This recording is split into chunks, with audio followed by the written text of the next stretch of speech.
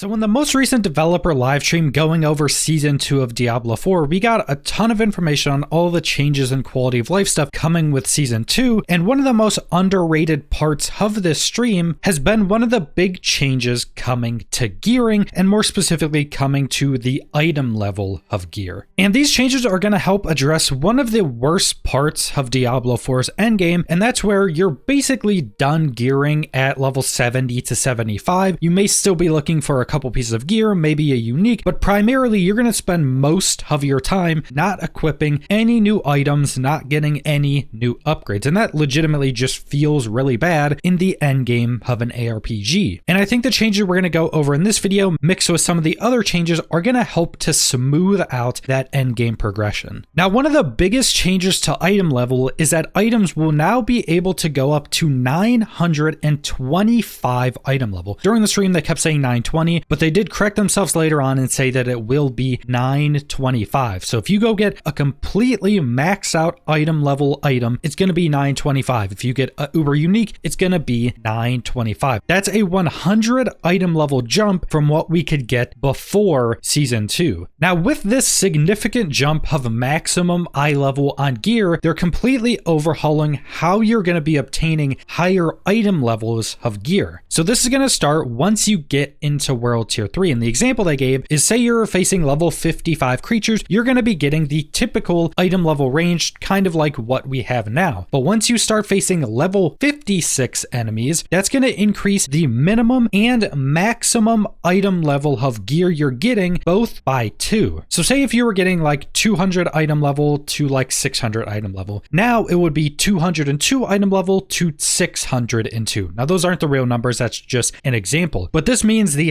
higher level creatures you face, the higher item level you're going to be getting, and it's both increasing the minimum and maximum. So even if you get gear with minimum rolls on it, those minimum rolls are also going to be higher than normal. And this will continue to work into World Tier 4. So let's say you're facing level 75 creatures and getting your typical item level. Once you face a level 76 creature, the minimum and maximum is going to increase. So basically from level 55 all the way up to level 100, this is how this is going to work. But this is also based off of the creatures you're facing or the enemies you're facing. This isn't specifically based upon your own level. But once you start facing off against level 100 enemies, they're able to drop level 925 item level. So level 100 enemies can give you the highest item level items. So you don't have to be level 100 to face these, but the enemies themselves have to be at least level 100 to get the maximum item level. But this is where the system starts to change up. So since level 100 enemies can drop 925 item level, the main thing you're going to be changing when facing enemies above level 100 is the minimum eye level is going to be increased by 1 for every enemy level. So if you face a level 100 creature and say you can get like 600 minimum item level, and then you face a level 101 creature, the minimum item level will be 601. Again, that's not the real numbers, those are just examples. So as you continue to face harder and harder enemies, go higher into nightmare dungeons, the minimum item level of the gear you're getting is going to constantly increase, meaning it's going to be easier and easier to get the highest item level of gear. And this overall system is going to have a pretty big impact in smoothing out the progression from going to World Tier 3, World Tier 4, and then getting into higher levels in World Tier 4. And this mixed with a bunch of the other changes, for instance, getting to level 100 being 40% faster, is going to make the overall gearing and progression of the endgame much smoother and much more enjoyable for much longer. And the developers did mention that once you start facing the highest level of enemies you can in the game, which I think is a little bit over level 150, the items you'll be getting will be pretty close to max. So the minimum the items will be dropping will be probably over item level 900. So if you're facing the highest level creatures, if you're level 100 going and doing level 100 nightmare dungeons, you'll always be getting very high item level items, but this is obviously very hard content even for a level 100. So even getting up to level 100 and getting very strong to do this is going to more consistently give you better gear, which is something that was not present previous to Season 2. Going and doing level 100 nightmare dungeons didn't really give you anything else compared to, say, doing like a level 50 nightmare dungeon. Now, all of this begs the question of what are these item level increases actually going to do to these pieces of gear? Now, these won't be increasing the affix rolls on the items. So how affix rolls have worked since the launch of the game is once you hit certain item level thresholds, the affix affix rolls go into the next tier, and I think it's item level 700 or somewhere around there where you would be at the highest tier of affix rolls. So you wouldn't be able to roll affixes any higher going past that. That's going to continue to be the case. Affix rolls will not be increasing with this item level increase, but some of the base rolls on these items will. So resistances from jewelry, armor from your armor pieces, so your helm, chest, legs, boots, and gloves, and then most importantly, your weapon damage will be increasing. Now, base weapon damage is incredibly important in Diablo 4 because that's a base of how all of your weapon and ability damage all scales. It goes off of your base weapon damage. So these are going to be the three things that are increasing with the higher item level, but these are going to be much more important than you think because as we went over, weapon damage is incredibly important. That's going to be the most important one, but resistances are also getting completely overhauled. So those are actually going to be pretty important. They're even designing a lot of the new endgame bosses around having a specific element that you can build up resistances towards. So resistances from your jewelry are going to be very important because they're going to be much stronger and actually usable now. And then armor is already super strong because armor not only reduces physical damage, but it also gives you some resistances as well. So even though it's just the base stats on these items increasing, those increases are going to be pretty significant for overall damage from your weapons and overall survivability from your jewelry and armor. And depending on how much this actually scales, this could mean that you get so much defensives from getting, say, 920 item level gear, you may be able to take some defensive affix rolls off of your gear pieces and replace those with offensive affix rolls to get more damage out of your build. Now that all depends on how much these will actually scale, but continuing to get higher item level gear as you get much later into the end game is going to be very important. Now there is some differences when talking about the new end game bosses being introduced in season 2. So there's going to be these 5 new end game bosses, and it was mentioned that the unique drops from these bosses, which is what you're usually going to be hunting when facing them, are all going to have a higher minimum roll specifically for these unique. So uniques are consistently going to have higher item levels than just normal, say, rare or legendary pieces of gear. And this again changes for Duriel, which Duriel is the new level 100 Uber boss that you're going to be farming to farm specific uniques and Uber uniques. Now specifically with Duriel, his uniques are also going to have a higher minimum roll than even all of the other bosses. So the uniques you go and get from him are usually going to be pretty high item level, and then Uber uniques are always going to drop at item level cap. So they're always going to drop at 925. If you get a Shaco, it's 925. If you get a Grandfather, 925. But Duriel's other uniques aren't going to be guaranteed 925, but it sounds like they're going to be pretty close to the max, getting them specifically from Duriel. But that's pretty much the entirety of the overhaul of the item level system coming with season 2 of Diablo 4. And like I mentioned, this mixed with a bunch of the other changes we're getting should very much help to smooth out the endgame progression because Diablo 4 was incredibly fun, incredibly enjoyable, and rewarding once you get into World Tier 3 and once you get to, say, level 70 or 75. You would constantly be getting new upgrades. You would go World Tier 3, get all your sacreds, then you would quickly jump into World Tier 4, get all your ancestrals, and then once you're 70 to 75, you wouldn't be getting any upgrades. But now with the increases to leveling speed, making getting to 140% faster or more, and then the increases to these item levels for facing higher level creatures, you're actually going to be getting gear upgrades pretty continuously throughout the end game. And then with a bunch of the stat overhauls we're getting in the next developer live stream, where they overhaul resistances, overpower damage, crit, and vulnerability, this should also help to make more affixes on gear more usable, thus making gearing at least slightly more enjoyable because you have a lot more options as to the gear you're picking up. So overall, I think a lot of these changes are going to make the endgame progression much more enjoyable. But that's all I want to go over, so thanks for watching.